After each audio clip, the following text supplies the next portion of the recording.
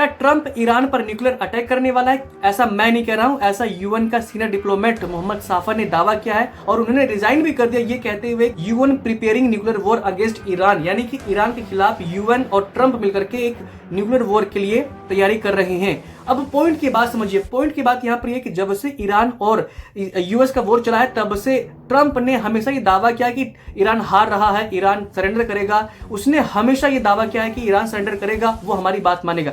लेकिन ईरान ने हमेशा ये मना किया है कि हमने कभी ऐसा नहीं कहा और ना ही हमारी यूएस से बातचीत हो रही है, कोई भी बातचीत हमारी यूएस से नहीं हो रही। ऐसा ईरान ने हमेशा ये कह करके हमेशा ट्रंप की बातों का खंडन किया है। मतलब यहाँ पर यह है कि ईरान कह रहा है कि हमसे तो कोई बात ही नहीं हुई भाई साहब, ये अपनी तरफ से ही पगला बकवास कर रहा है, हमसे कोई बात नहीं हुई है।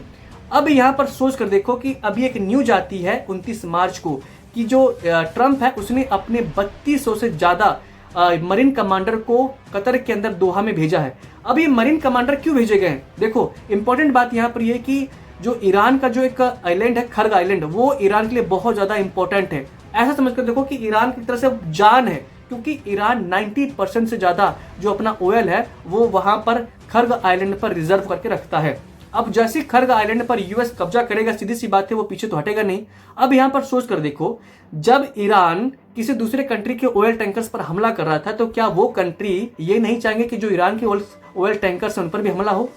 अब सिर्फ लास्ट ऑप्शन बचा हुआ कि अगर यूएस खर्ग आइलैंड पर किसी भी तरीके से अपना कब्जा कर लेता है तो ये बिल्कुल वैसे ही होगा कि ईरान के गर्दन पर पैर रखने के बराबर, और उसके बाद ईरान को सरेंडर करना ही पड़ेगा अगर वो कब्जा कर लेते हैं तो, क्योंकि खर्ग आइलैंड से ही ईरान का 90% से ज्यादा जो है एक्सपोर्ट होता है पूरी दुनिया में ऑयल्स। तो अगर वहां पर कब्जा होता मतलब ईरान घुटनों पर आ गया।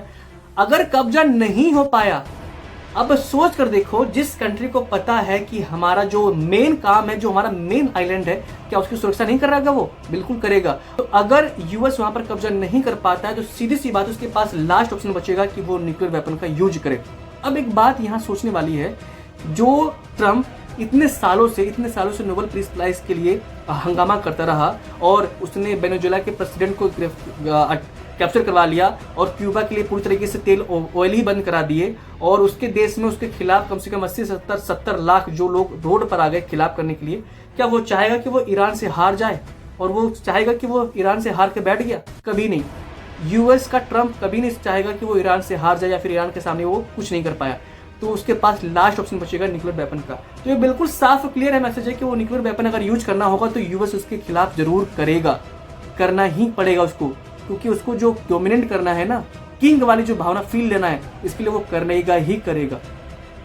आपकी नजरों में क्या लगता है कि क्या ऐसा यूएस करेगा? नहीं, मेरे हिसाब से यूएस अगर इसके पास लास्ट ऑप्शन है कि अगर वो खर्ग आइलैंड पर कब्जा नहीं कर पाया तो वो न्यूक्लियर वेपन का यूज करेगा।